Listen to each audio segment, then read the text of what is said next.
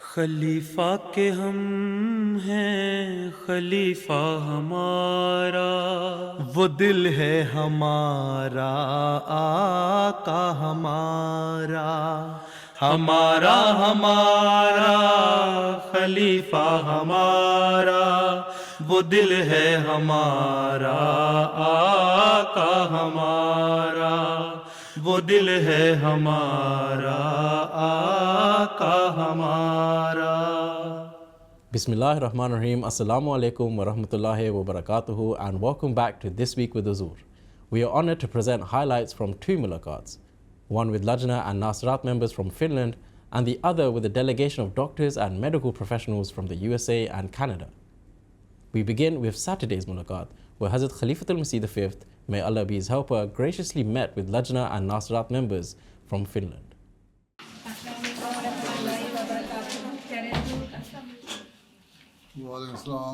On the 28th of March, 35 Lajna and Nasrat from Finland were blessed to have a mulaqat with Hazrat Khalifatul Masih V, Ayyadullah Ta'ala b'Nasrihi al-Aziz. During the mulaqat, which took place in Islamabad, all attendees had the opportunity to introduce themselves and were also able to ask questions on a range of religious and contemporary issues.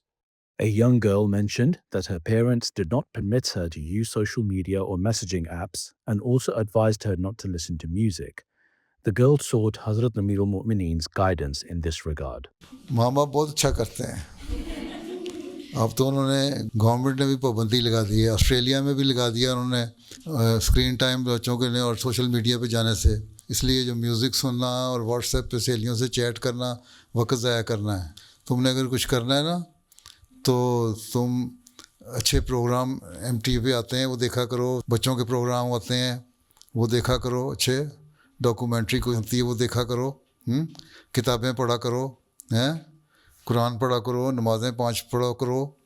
تمہیں وقت ہی نہیں ملے گا سہیلیوں سے chat کرنے کا اور what's app پہ وقت ضائع کرنے کا اور میوزک سننے کا. ماں باپ تمہارے لیے اچھا کر رہے ہیں جو کر رہے ہیں، اس لیے تم سہیلیوں کو نہ دیکھو، تم اپنا ایگزامپل بنو سہیلیوں کے سامنے بجائے ان کے پیچھے چلنے کے.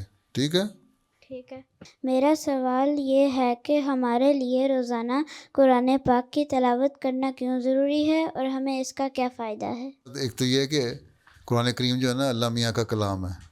اللہ تعالیٰ نے حضرت صلی اللہ علیہ وسلم پر یہ کتاب نازل کی ہے. اللہ تعالیٰ نے کہا ہے کہ اس کو پڑھو تو میں تمہیں برکتیں دوں گا، انعام دوں گا، تم پہ فضل کروں گا، تمہیں نیکیاں اچھے کام کرنے کی توفیق دوں گا، برے کام سے روکتا ہے اور انسان کو صاف کرتا ہے تلاوت سے. ایک تو جن کو مطلب نہیں آتا ان کو بچوں کو اتنا ہی فائدہ ہے کہ اللہ تعالیٰ اس کی برکت سے ان کے برے کاموں سے بچا کے رکھے گا. لیکن اب تم کتنے سال کی ہو گئی ہو؟ ابھی 9 کی ہوں. اب تم تھوڑا تھوڑا نا پہلی صورت ہے نا سورہ فاتحہ الحمدللہ رب العالمین، اس کا ترجمہ پڑھو سیکھو. پھر جو آخری 3 صورتیں ہیں نا قل هو اللہ احد اور قل اعوذ برب الفلق اور قل اعوذ برب الناس، ان کو بھی پڑھ کے ان کا ترجمہ سیکھو. اس میں اللہ تعالیٰ نے بہت ساری باتوں کی نصیحت کی گئی ہے. ٹھیک ہے؟ ان پہ عمل کرو. اللہ تعالیٰ نے قرآن شریف میں بہت سارے حکم دیے ہوئے ہیں، بہت ساری باتیں بتائی ہیں کہ یہ اچھی باتیں ہیں یہ بری باتیں ہیں. اچھی باتیں کرو گے تو تمہیں اللہ تعالیٰ ریوارڈ دے گا، انعام دے گا. بری باتیں کرو گے تمہیں سزا ملے گی. ٹھیک ہے؟ تو قرآن شریف سے ہمیں پتہ لگتا ہے کیا اچھی باتیں ہیں کیا بری باتیں ہیں. جب انسان تلاوت کرتا ہے تو جس طرح تمہاری بڑی ہوتی جاؤ گی نا، عمر بڑھتی جائے گی، تم اس کا ترجمہ بھی سیکھو، پھر تمہیں پتہ لگے قرآن میں کیا لکھا ہوا ہے، اس سے تمہیں فائدہ ہوگا. اور جب تک تمہیں نہیں آتا اس وقت اللہ تعالیٰ ویسے ہی تمہیں اس کی برکت ایسی ہے کہ تمہیں فائدہ دیتا رہے گا. اب سورہ فاتحہ تم روزانہ پڑھتی ہو نا، نماز میں 5 نمازیں پڑھتی ہو نا، تو اس کا ترجمہ یاد کرو، تمہیں پتہ لگ جائے گا کتنی برکتیں ہیں اس میں. میں اسکول میں لمبی قمیض اور اسکارف پہنتی ہوں، لیکن میری کلاس فیلوز میرے کپڑوں کی وجہ سے میرا مذاق اڑاتی ہیں اور مجھ سے دور رہتی ہیں. پیارے حضور، مجھے ایسے میں کیا کرنا چاہیے؟ بیٹھ جاؤ. تم کتنے سال کی ہو؟ 9 سال کی. کہ تمہارے اسکول کا یونیفارم میں لمبی قمیض الاؤ ہے؟ اسکول کا یونیفارم نہیں ہے. ٹھیک ہے، تو تم قمیض ایسی پہنا کرو جو تمہاری گھٹنوں تک ہو، ہیں، اور ٹائٹس پہن لیا کرو. نہ شلوار پہنا کرو، ٹائٹس پہن لیا کرو. وہ پہن کے جا سکتی ہے تم. ٹھیک ہے, اور گھٹنوں تک قمیض ہو, اور پھر کوئی تمہیں مذاق نہیں اڑائے گا, کہو تو میرا لباس ہے, کوئی کمپلیکس نہیں ہونا چاہیے تمہیں, کہو تم نے اپنا لباس پہنا ہو تمہیں وہ اچھا لگتا ہے, میں نے یہ پہنا مجھے یہ اچھا لگتا ہے, تو لوگ مذاق اڑانے کے, اور تو ان سے کہو ہمارے ہاں تو یہی رواج ہے کہ ہم اپنی پسند کے کپڑے پہنتے ہیں, مجھے مجبور نہیں کسی نے کیا, مجھے اماں ابا نے یہ نہیں کہا کہ تم نے ضرور لمبی قمیض پہننی ہے, ہاں گھٹنوں تک قمیض ہونی چاہیے, گھٹنوں تک تمہاری قمیض ہو تو وہی کافی ہے, اور ٹائٹس بھی پہنی ہو تو ٹھیک ہے, ضروری نہیں شلوار پہنو, یا ٹراؤزر پہن سکتی ہو, ٹراؤزر پہن کے جا سکتی ہو اسکول میں, تو تمہیں کوئی نہیں چھیڑے گا. جب تم نے ٹراؤزر پہنا ہوگا یا گھٹنوں تک قمیض پہنی ہوگی تو کون چھیڑے گا, باقی کمپلیکس کی ضرورت نہیں ہے, لوگوں کو بتاؤ یہ میرا لباس ہے, تم نے جو پہنا ہوا ہے میں تمہارے پہ اعتراض نہیں کرتی, تم اپنی مرضی سے پہنتی ہو تو مجھے اپنی مرضی سے پہننے دو ہیں, اور ان کی باتیں سن کے ہنس کے ٹال دیا کرو, اور جو ان میں سے اچھی اچھی لڑکیاں ہیں نا کچھ, ان کو اپنی دوست بناؤ, اچھی لڑکیاں بھی ہوں گی, ساری بری تو نہیں ہوتی مذاق اڑانے والی, جو اچھی ہو ایک دو ہوں ان کو اپنا دوست بناؤ, وہ پھر تمہارے لیے خود ہی جواب دے دیں گے, ان کو کوئی کمپلیکس کی ضرورت نہیں. احمدی کو مضبوط ہونا چاہیے, تم احمدی ہو نا, اللہ میاں پہ یقین ہے نا, تم مانتی ہو نا کہ مسلمان سچے ہیں, ٹھیک ہے نا, اللہ تعالیٰ ایک ہے, اللہ تعالیٰ اچھی باتیں پسند کرتا ہے, تو میں نے اس لیے کام کرتی ہوں, اس لیے کسی سے ڈرنے کی ضرورت نہیں. پیارے حضور، میرا سوال ہے کہ کیا ہم جاندار چیزوں اور کارٹون کیریکٹرز کی اسکیچنگ کر سکتے ہیں یا اسلام میں یہ منع ہے؟ اپنے انسانوں کے علاوہ باقی جس کی مرضی کرو, آدمیوں کی نہیں کر سکتے. تم اپنی سہیلی بیٹھی ہے اگر تمہاری ساتھ, اس کی تصویر نہ بناؤ, تم بنا کے پتہ نہیں اس کو ڈسٹارٹ کر کے اس کی شکل بگاڑ کے پتہ نہیں کیا بنا دو گی ہیں, پھر اس کو غصہ چڑھے گا, لڑے گی, پھر تم کہو گے میرے سے لڑتی کیوں ہے. اس لیے اللہ یہ کہتا ہے انسانوں کی شکلیں نہ بناؤ, تم صحیح طرح بنا نہیں سکتے. ہاں تصویر کھینچ لی ہے تو وہ ٹھیک ہے, تصویر جو ہوتی ہے نا کیمرے سے وہ بڑی ڈیٹیل میں سارے فیچر آ جاتے ہیں, لیکن ہاتھ سے بناتے ہوئے بہت ساری چیزیں رہ جاتی ہیں, اس لیے انسانوں کی شکلیں نہیں بنانی چاہیے. باقی جانوروں کی یا سینریاں کی یہ بنا سکتے ہو, پینٹنگ کرو, اچھی بات ہے, کوئی حرج نہیں. شیر بناؤ, ہاتھی بناؤ, چیتا بناؤ, وہاں کوئی ویسے کوئی خیال میں تمہارے کوئی انسان کی تصویر بنانی ہے تو بناؤ, لیکن پھر اس کی صحیح طرح پکچر ہونی چاہیے, ٹھیک ہے. ٹھیک ہے. تو کوشش یہی کرو کہ ایسے لوگوں کی تصویریں نہ بناؤ جو تمہارے سے لڑیں بعد میں. السلام علیکم و رحمۃ اللہ وبرکاتہ. پیارے حضور، اچھا, میرا سوال ہے، ہمارے اسکول کی اسلام کلاس میں استانی بعض اوقات غلط عقائد پڑھاتی ہیں، جیسے کہ یہ کہنا کہ حضرت صلی اللہ علیہ وسلم کے بعد کوئی نبی نہیں آ سکتا، اور حضرت عائشہ کی عمر شادی کے وقت 6 سال تھی. جب ہم امتحان میں صحیح اسلامی عقیدہ لکھتے ہیں تو وہ ہمارے نمبر بھی کاٹ لیتی ہیں. حضور ایسے حالات میں ہمیں کیا کرنا چاہیے؟ تمہیں ٹیچر پڑھانے والے کون ہیں؟ مسلمان؟ جی. پہلے کلاس میں کہا کرو جو آپ پڑھا رہے ہیں یہ تو غلط پڑھا رہے ہیں. کلاس میں جو پڑھا رہے ہوتے ہیں ہاتھ کھڑا کرو, میں نے سوال کرنا ہے. حدیث ہے جو مسیح موعود آئے گا اس کو 4 دفعہ ایک حدیث میں نبی اللہ نبی اللہ نبی اللہ کا لفظ استعمال کیا. کوئی حدیث ہے, اس کا کیا مطلب ہے پھر اگر آپ کی بات ہم مانیں تو؟ ٹھیک ہے, سوال کرو کلاس میں تو آپ ہی جواب دے گا, یا کہہ دے گا تم چپ کر جاؤ, تم رضائی لگتی ہے مجھے, قادیانی لگتی ہو, احمدی لگتی ہیں, یہی کہتے ہیں نا. وہ پاکستانی غیر احمدی, انہیں پتہ ہے. ہاں ٹھیک ہے, ان سے کہو پھر حدیثوں کا مطلب مجھے بتا دیں, پھر میں آپ کی بات مان لیتی ہوں. باقی کو حضرت عائشہ پہ الزام لگاتے ہیں, یہ جو عیسائی لوگ تھے جو اسلام کے مخالف لوگ تھے انہوں نے الزام لگایا کہ حضرت عائشہ کی عمر 6 سال تھی. کہو جی ہم تو کہتے ہیں 13-14 سال کی عمر تھی جب اس زمانے میں اس عمر میں لڑکیوں کی شادیاں ہوتی تھیں, اور لڑکی خود بھی نے شادی کی اور اس کے ماں باپ نے بھی شادی کروائی, تو ان کی یہ نہیں تھا کوئی زبردستی شادی ہو گئی. اور اس کے بارے میں سیرت خاتم النبیین جو ہے اس میں بھی پڑھو, مسلم موعود نے لکھا ہوا ہے, وہ صدر لجنہ نکال کے دے دیں. اس میں نے ایک جواب بھی دیا ہوا ہے, شاید الحکم میں چھپ بھی گیا ہوگا, وہ بھی نکال کے وہاں سے لو. ان سے کہو تاریخ تو یہ کہتی ہے, آپ ہمیں غلط پڑھاتے ہیں. باقی اگر اس بات پہ تمہیں فیل کرتے ہیں حقیقت بیان کرنے سے تو فیل ہو جاؤ, کوئی فرق نہیں پڑتا. ایک مضمون نہیں فیل کرتے ہیں نا, اپنے دین پہ قائم رہو. ہاں, دین کو دنیا پہ مقدم رکھوں گی کہ عید کرتی ہو نا, تو پھر دین کا مقدم رکھنا تو یہی ہے کہ جو صحیح بات ہے وہ کہو. جھوٹ نہیں بولوں گی تو جھوٹ نہیں بولنا, تو پھر صحیح بات ہے یہی ہے. اگر جھوٹ بولنا ہے تو جو مرضی کرو. باقی کلاس میں سوال کرو ان سے, ٹھیک ہے, پھر دیکھو کیا کہتے ہیں. اگر وہ سختی کرے گا تو ہیڈ ٹیچر کو بتانا کہ غلط باتیں کرتا ہے. میں نے سوال کیا, میرے جواب دینے کے بجائے مجھے ڈانٹتا ہے, یہ ڈانٹتی ہے جو بھی ٹیچر ہے. ٹھیک. So my question is, if war breaks out in a country, should Muslims migrate, and what kind of countries would be safer to move to? Do you see any country in the world which is safe?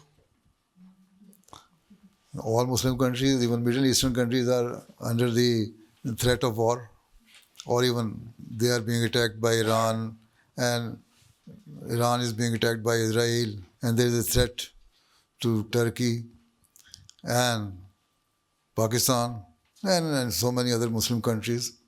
So you cannot say that Muslim countries are safe. But there are some countries in Africa which are safe or comparatively safer than other countries. Then you can, if you want, you are too much scared of war, then you can migrate to those countries. Even Finland shares the border with Russia.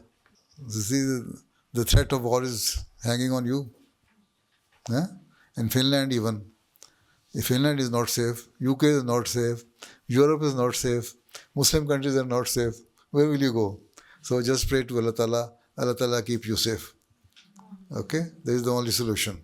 Is it possible to have a regular worldwide Jamaat arrangement to pray behind you once a week specifically for peace and the end of suffering? During Jalsa, I have been offering prayer, and almost all the Jamaats in the world are praying behind me, right? We cannot offer salat, proper salat, because we don't know who is standing in front of me and who is standing behind me. So the only solution is that we can only offer prayer while raising our hands, right? Silent prayers. And that we offer during Jalsa, during so many functions, and quite a number of people around the world, they have been offering their prayer behind me. So in that, I always mention that we should pray for betterment of the world, for the peace of the world, for the safety of the world, and we seek Allah's help to protect us from the evils of Satan. So this is how we have been offering prayer. We cannot say that only one day we offer prayer and that is enough. Every person should offer prayer on his own during their prayers, 5 daily prayers, or whenever you are holding your function. So I have been asking, even yesterday I asked in my Friday sermon that we should offer prayer. We should pray for the Muslim world, and we should pray for the peace of the world, and we should also pray for the betterment of Ahmadis. And see, this is how you can join in my prayer. When you say Ameen, that means yes, you have include yourself in my prayers. If you are including yourself in my prayer, and you have included yourself in my prayer by saying Ameen, that is enough. And apart from that, the main thing is that you offer your prayer in your own daily prayers. Okay? کچھ غیر احمدی بہنوں کے ساتھ ہمارا اچھا تعلق قائم ہو جاتا ہے، اور جب بھی مذہب خاص طور پر اسلام کی تعلیمات پر گفتگو ہوتی ہے تو وہ اکثر باتوں سے اتفاق کا اظہار کرتی ہیں، لیکن محسوس ہوتا ہے کہ ان کا رجحان مذہب کی طرف نہیں ہے۔ حضور رہنمائی فرمائیں کہ ایسی صورتحال میں ایسے لوگوں کو مؤثر رنگ میں تبلیغ کیسے کی جائے تاکہ ان کا دل اسلام احمدیت کی طرف مائل ہو۔ جزاکم اللہ۔ بات یہ ہے کہ اپنا نمونہ دکھائیں، اچھے تعلقات قائم ہوتے ہیں تو دوستی پیدا کریں، اور اسلام کی اصل تعلیم جو ہے اس کا نمونہ آپ ہر ایک کو دکھا رہی ہوں گی تو وہی کافی ہے۔ تبلیغ کیا ہے؟ تبلیغ یہی ہے کہ اپنا نمونہ دکھاؤ اور یہ بتاؤ کہ اسلام کی تعلیم ہے، اور جب وہ دیکھیں گی کہ آپ لوگ اسلام کی حقیقی تعلیم پہ عمل کر رہے ہیں تو چاہے وہ غیر مسلم ہوں یا غیر احمدی مسلمان ہوں، سب آپ کے نمونے دیکھیں گی، آپ کی اچھائیاں دیکھیں گی تو آپ کے قریب آئیں گی، اور آہستہ آہستہ پھر اس کا اثر ہوگا اور وہ سمجھیں گی کہ یہ لوگ صحیح راستے پر ہیں، ان کے پیچھے چلنا چاہیے، ان کے ساتھ رہنا چاہیے، یا کم از کم مخالفت ختم کریں گی۔ تو اللہ تعالیٰ پھر یہ فرماتا ہے کہ تمہارا کام تبلیغ کرنا ہے، ہدایت دینا، کسی کو صحیح راستے پہ لے کے آنا، احمدیت قبول کروانا، یہ اللہ تعالیٰ کا کام ہے، یہ آپ کا کام نہیں۔ لیکن ہر احمدی کو یہ چاہیے کہ اپنا نمونہ ایسا دکھائے کہ لوگوں کو پتہ لگ جائے کہ اسلام کی صحیح عملی نمونہ اور مثال جو ہے احمدی ہیں، ٹھیک ہے؟ یہی کافی ہے آپ کے لیے، یہی تبلیغ ہے۔ یہ نہیں ہے کہ ہم نے اتنی بیعتیں کرا لیں. بیعتیں تو اللہ تعالیٰ نے اپنی مرضی سے لوگوں کے دلوں میں ڈالنا ہے. تب اللہ تعالیٰ جب دیکھے گا کوئی صحیح فطرت ہے, نیک فطرت ہے, تو اس کے دل میں ڈالے گا کہ وہ احمدیت کو قبول کر لے, نہیں تو نہیں. ٹھیک ہے. As the mulaqat concluded, all the attendees received the gift of pens from Hazrat Amir al-Mu'mineen. The following day, on the 29th of March, 34 doctors and medical professionals from the USA and Canada were blessed to have a mulaqat with Hazrat Khalifatul Masih V. They had travelled especially for the mulaqat, which took place in Islamabad. During this mulaqat, all attendees had the opportunity to introduce themselves. Hazrat Amir al-Mu'mineen guided the attendees about the importance of dedicating time for Waqf-e-Arzi to help those in impoverished parts of the world, and in particular in Tahir Heart Institute and Fazl Umar hospitals in Rubba in Pakistan. ایک تو یہی بات ہے کہ وقف عارضی پہ جایا کریں. آپ جا رہی ہیں یا اور لوگ جا رہے ہیں, اس کو بڑھائیں تعداد کو. جا کے جتنی اس کی جو اسپیشلسٹ ہے, ایکسپرٹیز ہے, اس کو زیادہ سے زیادہ وہاں بتائیں نا جا کے. لیکن وہاں کا جو ماحول ہے وہاں تھوڑا ایڈجسٹ کرنا مشکل ہوتا ہے. پھر نئی نئی سجیشن ہمارے یہ جو فارماسسٹ ہیں یہ بڑے مشورے اچھے دیتی ہیں, لیکن وہاں والے جو ہیں وہ ان کے اپنے مشورے ہیں, اپنی کچھ لمیٹیشنز ہیں, وہ مانتے نہیں ہیں, یا مانتے ہیں تو کچھ اور طرح کرنا چاہتے ہیں. تو بہرحال پہلی چیز تو یہ وقف عارضی. دوسری بات یہ ہے, پہلے ہی میں کہہ چکا ہوں کہ اللہ شافی ہوتا ہے. اس وقت میں نے کچھ بیان کیا تھا ڈاکٹروں سے بارے میں کوئی بات. حضور آپ نے فرمایا تھا کہ شفا دینے والا تو خدا تعالیٰ ہوتا ہے اور ڈاکٹر تو صرف تسلی دیتے ہیں. ہاں, عام صلی اللہ نے فرمایا یہی. تو اب ہیلر تو اللہ تعالیٰ ہے, شفا دینے والا اللہ تعالیٰ ہے. اس لیے ہمیشہ اپنے مریضوں کو دیکھیں تو دعا کر کے دیکھا کریں, اور ہمیشہ ہی ڈاکٹر کی اپنی ایک انفرادیت ہونی چاہیے, ڈسٹنکشن ہونی چاہیے کہ اس نے کس طرح مریضوں کو ٹریٹ کرنا ہے. جناب وہاں جاتے ہیں پاکستان, وہاں بھی یہ نہ دیکھیں فلاں ڈاکٹر اتنا کمپیٹنٹ نہیں ہے یا میں زیادہ اچھی ہوں. اللہ پہ فضل کرتے ہوئے دیکھیں اور شیئر کیا کریں اپنے ایک دوسرے کے ساتھ. ان کے اپنے ایکسپیرینس ہے وہاں کے ماحول کا, آپ کا اپنا ایکسپیرینس ہے اس ماحول کا. آپ کے جو مریض آتے ہیں, ڈاکٹر صاحبہ آپ جا رہی ہیں, نیفرولوجسٹ ہیں, اس میں سے کتنے پرسنٹ ایشین ہوتے ہیں, یہ افریقن اوریجن کے ہوتے ہیں, سارے گورے ہوتے ہیں. تو پھر ان کی جو اور طرح آپ ٹریٹ کرتی ہیں. پاکستانیوں کو دیکھنا ہے تو اور طرح دیکھنا ہے, ان کی تسلی بھی اور طرح کرانی ہے. وہ ایک دفعہ آپ سے کئی سوال کریں گے, پھر باتیں بھی نہیں مانیں گے, پھر بحث بھی کریں گے, پھر ڈاکٹر جو ہے وہ بھی آپ سے کرے گا. تو اس لیے بڑے تحمل سے بڑی پیشنس ظاہر کرنی پڑے گی. ٹھیک ہے, پھر ہی کام ہوتے ہیں. تو کوشش یہ کریں کہ زیادہ سے زیادہ وقف عارضی پہ جایا کریں سارے.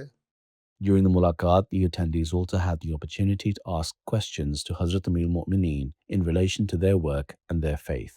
My question is, what is your guidance and suggestion for medical students, especially those who are Waqf No, on how to become not only competent doctors, but also on how to become closer to Khilafat and Almighty Allah, so we are inspired to serve to Waqf Arzi and Waqf Zindagi?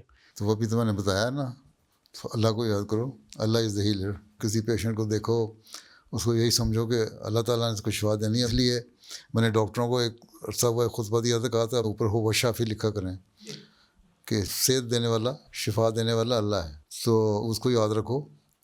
5 وقت کی نمازیں ڈاکٹروں کو پڑھنی چاہیے, اور زیادہ critical case ہو تو دعا زیادہ کرنی چاہیے اس کے لیے, اپنے مریضوں کے لیے. ہم پرانے ڈاکٹر تھے, وہ تو بعض پرانے ہمارے بزرگ ڈاکٹروں نے لکھا ہوا, میر اسماعیل صاحب تھے یا دوسرے, وہ تو کہتے ہیں ہم 2 نفل ہی پڑھا کرتے تھے مریضوں کے لیے. تو وقف نو والے کو تو اور زیادہ کام کرنا چاہیے اس سے. یہی ہے, اللہ کو یاد رکھو, باقی سب دنیا تو چلتی رہتی ہے. As a psychiatrist my experiences, جو ہماری کمیونٹی کے لوگ ہیں وہ اسٹل ہیزیٹیٹ کرتے ہیں ایموشنل اور سائیکیٹرک ڈیفیکلٹیز کے بارے میں بات کرنے کے لیے. تو ہم اسی پہ فوکس کریں کہ what is the best way. Open نہیں ہوتے, زیادہ بتاتے اوپن نہیں ہوتے اور شرم محسوس کرتے ہیں. شرم محسوس کرتے ہیں, لیکن بعض بالکل ہی بے شرم ہوتے ہیں. دونوں طرح کے ہیں, دونوں طرح کی کیٹیگریز ہیں. مجھے تو لکھتے ہیں بعض دفعہ بالکل کھل کے لکھنے والے بھی ہیں, اور بعض اس لیے نہیں ہوتے, ان کا خیال ہے کہ ہم پاکستانی ڈاکٹر کے پاس جائیں گے تو ان کو باتیں کرنے کی عادت ہے، اپنے رشتہ داروں کو، بہن کو، بھائی کو، ماں کو، یا میرے کسی دوست کے ساتھ بات نہ کر لے، جی تو اس لیے وہ ہیزیٹیٹ کرتے ہیں. جی ٹھیک ہے، تو اگر کانفیڈنس ان میں پیدا کر دیں آپ کے، تم میرے سے بات کرو، تمہارا سیکرٹ ہی رہے گا، تو پھر وہ بتاتے ہیں سائیکیٹرسٹ کا تو کام یہی ہے نا کہ اس کو رکھے چھپا کے، یہ نہیں کہ ہر ایک سے بات کرتا پھرے. جی تو یہ تو کانفیڈنس بلڈ کرنے والی بات ہے ان لوگوں میں. جب وہ ہو جائے گا ٹھیک ہے، وہ پسند کرتے ہیں کہ ہم کسی غیر کے پاس جائیں، اور انگریز کے پاس جائیں، کینیڈین کے پاس جائیں، تو وہاں لینگویج بیریئر آ جاتا ہے، وہ پوری طرح ایکسپریس نہیں کر سکتے. سکھوں کے پاس جائیں تو پھر بیان ہو سکتا ہے تھوڑا بہت، وہ اس لیے پسند کرتے ہیں، لیکن وہاں بھی ان کو خطرہ ہوتا ہے کہ کوئی کسی واقف کار احمدی سے ذکر نہ کر دے. جی. اور بعض ہمارے دفعہ پاس سائیکیٹرسٹ بھی جو ہیں وہ مس گائیڈ کرتے ہیں، بعض چیزیں صحیح نہیں ہیں تو ان کو بھی اوپنلی ظاہر کرو اور کانفیڈنس پیدا کرو اپنے آپ میں. وہ پھر اتنا اوپن ہو جاتے ہیں کہ وہ پھر برائیاں پھیلنی شروع ہو جاتی ہیں، بجائے اس کا کوئی علاج ہو وہ اور زیادہ ہی اوور کانفیڈنٹ ہو کے نا برائیاں پیدا کرتے ہیں. تو اس لحاظ سے بھی آپ لوگوں کو دیکھنا چاہیے کہ کس طرح آپ نے اپنے مذہب کی جو لمیٹیشنز ہیں اس کے اندر رہتے ہوئے اپنے پروفیشن کو اپلائی کرنا ہے، کس طرح ان کو ٹریٹ کرنا ہے. ٹھیک ہے. جزاک اللہ. Hazur, my question was, what would be your guidance for physicians and medical professionals for balancing non-medical service roles within the Jamaat with their professional responsibilities within the Jamaat? تمہارے پاس کیا رسپانسبلٹیز ہیں non professional? جی Tahir academy ہے اور لجنا کا. تمہارا کام تمہارا اپنا profession ہے. جی حضور. اور لجنا کا کام تو ہو سکتا ہے ہفتے میں زیادہ سے زیادہ تم 2 گھنٹے دے دیتے ہو لجنا کو. کون سے اتنے کام کرتے ہیں؟ مجھے پتہ ہے کتنا وہ کام کرتی ہے لجنا. ہفتے میں 2 گھنٹے 3 گھنٹے دے دیتے ہو نا، تو ویکینڈ پہ دیے جا سکتے ہیں، ایسا کوئی بات نہیں. پھر بچے ہیں اگر چھوٹے ہوں تو تمہارے بچے بھی بڑے ہو گئے، وہ بھی مسئلہ کوئی نہیں. تو طاہر اکیڈمی جو ہے اس میں دیکھ لو کہ کتنا دے سکتے ہو. حضور مہینے میں 2 یا 3 کلاسز ہوتی ہیں. 2 یا 3 کلاسز مہینے ہوتے ہیں، پھر کون سا ایسا مسئلہ ہے؟ حضور اس کے علاوہ کام ہوتا ہے. علاوہ لجنا کا تھوڑا بہت کام ہوتا ہے، کتنا ہو گیا. جی حضور. ہاں سارے کرتے ہیں اتنا ہی. ٹھیک ہے. اتنا کوئی مسئلہ نہیں ہے. ہاں اگر زیادہ سوچتے رہو ہیں، زیادہ سوچ کے تو پھر آدمی کا دماغ ویسے ہی خراب ہو جاتا ہے، پھر سائیکیٹرسٹ کے پاس چلے جاؤ. ٹھیک ہے. اپنے پروفیشن میں جتنا کر سکتے ہو آسانی سے کرو، آسانیاں خود پیدا کرنی چاہیے. اللہ سے دعا کرو، اللہ تعالیٰ گائیڈ کر دیتا ہے. ہیں زیادہ بوجھ نہ لیا کرو، بعض طبیعتیں ہوتی ہیں بوجھ لینے کی ہیں. جی حضور. تم کہتی ہو جو چیز میں کروں اس میں بڑی پرفیکشن ہونی چاہیے. دنیا میں کسی کام میں پرفیکشن نہیں ہو سکتی، چھوٹے موٹے نقص رہ جاتے ہیں، ان کو بھول جایا کرو. اگر اس طرح ہی انسان اتنا پرفیکٹ ہو جائے تو دنیا میں انقلاب نہ آ جائے. کوئی پروفیشنل جو ہے وہ اتنا نہیں ہوتا. اس لیے ریلیکس ہو کے کام کریں آپ. ٹھیک ہے، پریشان نہ ہوا کریں زیادہ. جی حضور. As a family physician who interacts daily with people from diverse backgrounds, what guidance would Hazur give on how we can effectively convey Islam's message of peace, compassion and service through our clinical practice and patient interactions? میں نے بتایا نا، atheist ہیں یا عیسائی ہیں یا Buddhist ہیں یا سکھ ہیں، اصل فیملی فزیشین تو کہ ڈاکٹر کا پہلا کام یہ اچھے اخلاق. اگر آپ کے اخلاق اچھے ہیں، آپ کی لوگوں سے ٹریٹمنٹ اچھی ہے، انٹریکشن اچھا ہے تو لوگ خود ہی آپ کے پاس آئیں گے. میں نے بتایا نا آدھی بیماری تو مریض کی وجہ سے دور ہو جاتی ہے. وہ آتے ہیں آپ کے پاس اور ٹریٹمنٹ لیتے ہیں، اس کے بعد جا کے بتاتے ہیں. آج کل تو سوشل میڈیا کے اوپر ہر ایک اپنے جو ڈاکٹر ہیں انہوں نے بھی اپنی اشتہار بازی رکھی ہوئی ہے اور اس کے اوپر ریویوز آ جاتے ہیں. کئی مریض جا کے لے دیتے ہیں. وہ ایک فزیو تھراپسٹ ہے، اس نے یہ کیا تو اس نے 10 مریضوں کو اچھی طرح ٹریٹ کیا، انہوں نے جا کے اتنے ریویو اس کے حق میں لکھ دیے کہ اس کے پاس اتنے پیشنٹ آنے لگا کہ بھرمار ہو گئی. تو یہ تو اپنے اخلاق کی بات ہے نا. اور آج کل تو بڑی اشتہار بازی آسان ہے. جہاں غلط کام ہو رہے ہیں سوشل میڈیا پہ، وہاں اچھے کام بھی بات ہو رہے ہیں اور آپ لوگوں کے پیسے بھی بن رہے ہیں. ہاں اس سے ہی بنتے ہیں. تو اصل چیز تو یہی ہے کہ احمدی ڈاکٹر کو تو اچھے اخلاق اور دعا دونوں چیزیں کرنی چاہیے. اور مریض کسی بھی بیک گراؤنڈ کے ہوں، اگر اخلاق اچھے ہیں تو آپ کے قائل ہو جائیں گے. اور ان کے لیے ٹریٹمنٹ کے ساتھ دعا کرنا بھی آپ کا کام ہے. ٹھیک ہے, وہ ان کو بھی میں نہیں بتایا, آپ کو بھی بتا رہا ہوں. ٹھیک ہے. باقی شخصیاتی اثر ہوتا ہے, اتنی زیادہ ہوتی ہے کہ اسے کچھ نہ بھی دو تو اثر ہو جاتا ہے کسی پہ اعتماد ہو. ایک واقعہ لکھا ہے حضرت مرزا شریف احمد صاحب کا کہ وہ ایک مریض تھا قادیان میں, اس کے پیٹ میں درد تھی اور چیخیں مار رہا تھا, اور کوئی دوائی ڈاکٹر بھی 2-3 بیٹھے تھے, کوئی سے آرام نہیں آ رہا تھا. تو شریف احمد صاحب کو پتہ لگا, وہ گئے, انہوں نے پوچھا کہ کیا خیر. انہوں نے اپنی جیب میں ہاتھ ڈالا اور جیب میں ہاتھ تھوڑی دیر رکھتے رہے, کچھ دعا کرتے رہے. اس کے بعد اس سے کہا مریض کو منہ کھولو. انہوں نے منہ کھولا, انہوں نے کہا وہ گولی سی تھی, کوئی منہ میں ڈال دی اس کے اور پانی پی لو. تو 15 منٹ میں اس کو آرام آ گیا. تو لوگوں نے کہا اپنے میاں صاحب کیا دوائی دی تھی اس کو؟ کہتے کچھ نہیں, اس پہ صرف اعتقاد کی بات ہے, اس پہ نفسیاتی اثر تھا. تو میں جیب میں چھوٹا سا کاغذ کا ٹکڑا تھا, میں نے اس کی یوں موڑ کے گولی بنا لی, اور وہ گولی بنا کے اس کو دعا کر کے اس کے منہ میں ڈال دی, وہ ٹھیک ہو گیا. تو نفسیاتی اثر بھی ہوتا ہے. ٹھیک ہے نا. جزاک اللہ. Beloved Huzur, my question is, what is the true spirit of Waqf and Waqf Arzi, and how one can ensure that it becomes the meaning of lasting self-reform and nearness to Allah, rather than only a temporary act of service? اللہ سے تعلق پیدا کرو. دیکھو اللہ میاں نے کہا 5 وقت نمازیں پڑھو. اپنی زندگی کو ریگولیٹ کرنے کے لیے, ڈسپلن کرنے کے لیے کوئی چیز چاہیے نا. آپ جو میڈیکل اسٹوڈنٹ تھے تو صبح بھی پڑھتے تھے, رات بھی پڑھتے تھے, بس ہیں امتحانوں کے دنوں میں خاص طور پہ زیادہ ویسے ریگولر پڑھتے تھے. لیکن اللہ تعالیٰ نے ایک سسٹم بنا دیا اپنی زندگی ریگولیٹ کرنے کا, 5 نمازیں دے کے. صبح اٹھو فجر پہ, نماز پڑھو, تلاوت کرو, تھوڑی ایکسرسائز کرو, اگر تھوڑا وقت ہے دن کا آفس ٹائم ہے تو تھوڑا سا نیپ لے لو ہیں. تو صبح بھی لوگ اٹھتے ہیں, اچھی نیند پوری کر لیتے ہیں, اور پھر سارا دن کام کر کے ظہر کی نماز ہے, عصر کی نماز ہے, مغرب, تو زندگی ڈسپلن ہوتی ہے ایک, تو دوسرے اللہ سے تعلق پیدا ہوتا ہے. تو صحیح طریقہ تو یہی ہے. پھر علم حاصل کرنا بھی ضروری ہے, اس کے لیے بھی قرآن شریف جو اللہ تعالیٰ نے بتایا, صرف یہ کہہ دینا ہفتے میں جا کے ایک دفعہ خطبہ سن لینا یا قرآن شریف کو کبھی پڑھ لینا, دیکھ لینا, تو یہ کام نہیں ہے. پڑھے لکھے لوگوں کا تو یہ کام ہے کہ آدھا گھنٹہ پونا گھنٹہ اس پہ غور کریں, دیں. ٹھیک ہے. اور حضرت ڈاکٹر میر محمد اسماعیل صاحب ڈاکٹر تھے, سرجن تھے, اور آج کل تو اسپیشلسٹ ہیں نا, ہر چیز کی اسپیشلائزیشن ہے, اس کا یہ کرو وہ کرو.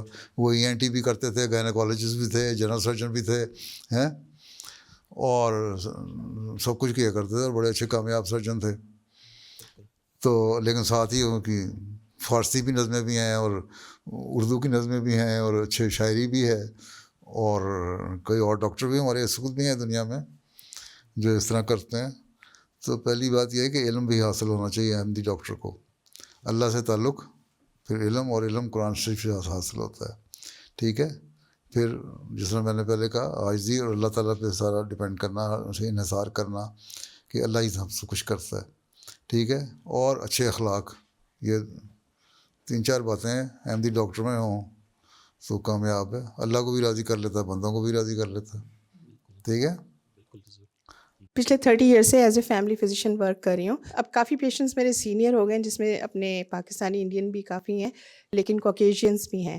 سو وہ اکثر سوال کرتے ہیں میڈیکل اسسٹڈ ڈائنگ کے متعلق کہ اگر ہمیں بہت ڈیمینشیا ہو جائے یا الزائمرز تو ہم وہ کرنا چاہتے ہیں. تو یہ مرسی کلنگ جو ہے, جی ہم نہیں مانتے اس کو. یہاں تو ایتھکس کا تو پتہ ہی کوئی نہیں, اخلاق کا پتہ کوئی نہیں, بڑوں کے رسپیکٹ کا پتہ کوئی نہیں, ان کی دعاؤں کا پتہ کوئی نہیں. تو وہ بوڑھا ہوتا ہے بندہ, کہتے ہیں اولڈ پیپل ہاؤس میں ڈال دو اس کو, اور ماں باپ اس کو کہتے ہیں چلو جاؤ ہفتے میں جا کے مل جائیں گے. بعض تو عیسائی ہیں, ان کو کرسمس میں کوئی پوچھنا نہیں آتا. ہمارے لوگ جاتے ہیں, ان کو تحفہ تحفہ دیں تو وہ روتے ہیں, ان کو ملتے ہیں, گلے لگاتے ہیں کہ تم ہمیں پوچھنے آئے, ہمارا بیٹا ہماری بیٹی ہے, پوچھتا کوئی نہیں. تو ایسے لوگ پھر یہی کہ چاہیں گے نا کہ ہمیں مار دو. تو ہمارا تو کام یہ ہے کہ ان سے ہمدردی کریں اور تھوڑا سا ان کا morale ہائی کریں تاکہ تم نے زندہ رہنا ہے. اور جو ڈیمنشیا وغیرہ کے مریض ہیں وہ تو ایسے ہیں, وہ خود تو نہیں کہتے کہ ہمیں مار دو, ان کو تو پتہ ہی نہیں. آج ایک بات کی تو 10 منٹ بعد کچھ اور بات کر رہے ہوں گے, بھول جاتے ہیں میں نے کیا کہا. اس لیے وہ کس کی مرضی سے کر رہے ہیں. اگر ان کے جو بچے ہیں وہ کہتے ہیں تو وہ ظلم کر رہے ہیں, وہ پھر قتل کروانا چاہ رہے ہیں اپنے ماں باپ کو. تو اس لیے ایسے ہی غلط بات ہے یہ. تو میں تو بہرحال اس کو کہا نہ اسلام اس کی اجازت دیتا ہے. مریضوں کو سنبھالنا چاہیے. آپ کے مختلف سینٹر بنے ہوئے ہیں, وہاں آپ مریض دیکھتے ہیں اور مریضوں کو ٹریٹ کیا جاتا ہے. یا آپ کے ماں باپ بوڑھے ہو جائیں تو آپ ان کو کہیں گے جاؤ تم سڑک پہ چلے جاؤ, نہیں نا رکھتا ہے. تو ہماری ایشین تو سوچ ہی یہ نہیں ہے, نہ کسی مذہبی آدمی کی سوچ ہو سکتی, نہ افریقہ کے والوں کی یہ سوچ ہے. وہ تو جس حد تک وہ خدمت کرتے ہیں. اس لیے یہ خیال ہی غلط ہے کہ ان کے فائدے کے لیے ان کو مار دو. ہاں بعض دفعہ بعض مریض کینسر کے مریض ہیں, درد ان کی پیٹ میں ہے, کینسر ہے, یوٹرس کا کینسر ہے عورت کو, یا کسی اور چیز کا کینسر ہے کسی مرد کو, اور وہ سخت تڑپ رہا ہے, وہ اپنے عزیزوں کو رشتہ داروں کو کہتا ہے کہ بہتر ہے مجھے مار دو. تو اس پہ ان کو آپ نیند کا ٹیکہ لگا کے سلا تو دیتے ہیں, مارتے نہیں ہیں. ٹھیک ہے, جب تک سانس ہے سانس رہنا چاہیے. Can Hazur Anwar please enlighten us about your experience with the Waqf Zindagi doctors in Ghana and a few motivational stories about their sacrifices? Jazakallah. Ghana میں وقف زندگی ڈاکٹر جو تھے اللہ کے فضل سے ہماری بڑی ہسپتال مشہور تھے, اور جو پاکستان میں فزیشین تھے وہ وہاں کے سرجن بن گئے وہاں جا کے ہیں. آپریشن ٹیبل اگر نہیں بھی موجود تھی تو ڈائننگ ٹیبل کے اوپر آپریشن کر دیا ہیں. تو ان کو تو اللہ تعالیٰ فضل کرتا تھا. بعض ہم بیمار ہوتے تھے تو بعض ڈاکٹر کہتے تھے یہ مریض کو میں نے دوائی دی تھی یہ تم کھاؤ کہ تمہیں آرام آ جائے گا, تو مجھے اس سے آرام نہیں آیا کرتا تھا. تو میں ان ڈاکٹروں کو کہا کرتا تھا تمہارے لیے افریقہ کے لوگوں کی خدمت کرنے کے لیے خلیفہ وقت کی دعائیں ہیں, اس لیے یہ مریض تو ٹھیک ہو جائیں گے, میں نہیں تمہارے سے ٹھیک ہوتا ہیں. تو میرا تو یہ ایکسپیرینس بھی ہے. ٹھیک ہے, باقی اللہ تعالیٰ نے ان کے ہاتھ میں شفا رکھی تھی. بڑے ڈیووٹیڈ تھے, بڑے وفاداری سے کام کرتے تھے, دن رات کام کرتے تھے, اور غریبوں کی خدمت بھی کرتے تھے, اور جو امیر آتے تھے ان سے پیسے بھی لیتے تھے. اس لیے وہاں اچھا گزارا ہو جاتا تھا ان کا. ٹھیک ہے, چلو پھر جزاک اللہ, اللہ حافظ. Those were highlights from the mulaqats that took place last weekend. We now end with our final segment, the Friday Sermon Summary. In today's Friday sermon, Hazur, may Allah be his helper, spoke regarding the Holy Prophet ﷺ's ardent desire to establish the oneness of God. Towards the end of his sermon, Hazur, may Allah be his helper, referenced the decline of Christianity and the Trinity and the need to preach the oneness of God. ذہیت عملاً تو معدوم ہوتی جا رہی ہے. تثلیث کا نظریہ تو صرف کتابی نظریہ رہ گیا ان کا. بہت کم ہیں جو پریکٹس کرنے والے ہیں, یورپ میں خاص طور پہ, افریقہ اور ساؤتھ امریکہ میں بھی ہیں. اور لیکن جو تثلیث کے نظریے کو چھوڑ بھی رہے ہیں وہ بھی ایک خدا کو نہیں مانتے. تو توحید پر قائم کرنے کے لیے ہمیں جس حد تک ہو کوشش کرنی چاہیے کہ یہ پیغام پہنچائیں. اللہ تعالیٰ کرے کہ جس مقصد کو پورا کرنے کے لیے اللہ تعالیٰ نے آپ کو بھیجا تھا, اور جس توحید کی تعلیم کا حضرت صلی اللہ علیہ وسلم نے اعلان فرمایا, اس حقیقی توحید پر ہم عمل کرنے والے بھی ہوں اور دنیا میں پھیلانے والے بھی ہوں کہ اب انسانیت کی بقا کا یہی ایک حل ہے, اس کے علاوہ اور کوئی حل نہیں. اللہ تعالیٰ ہمیں اس کی توفیق عطا فرمائے.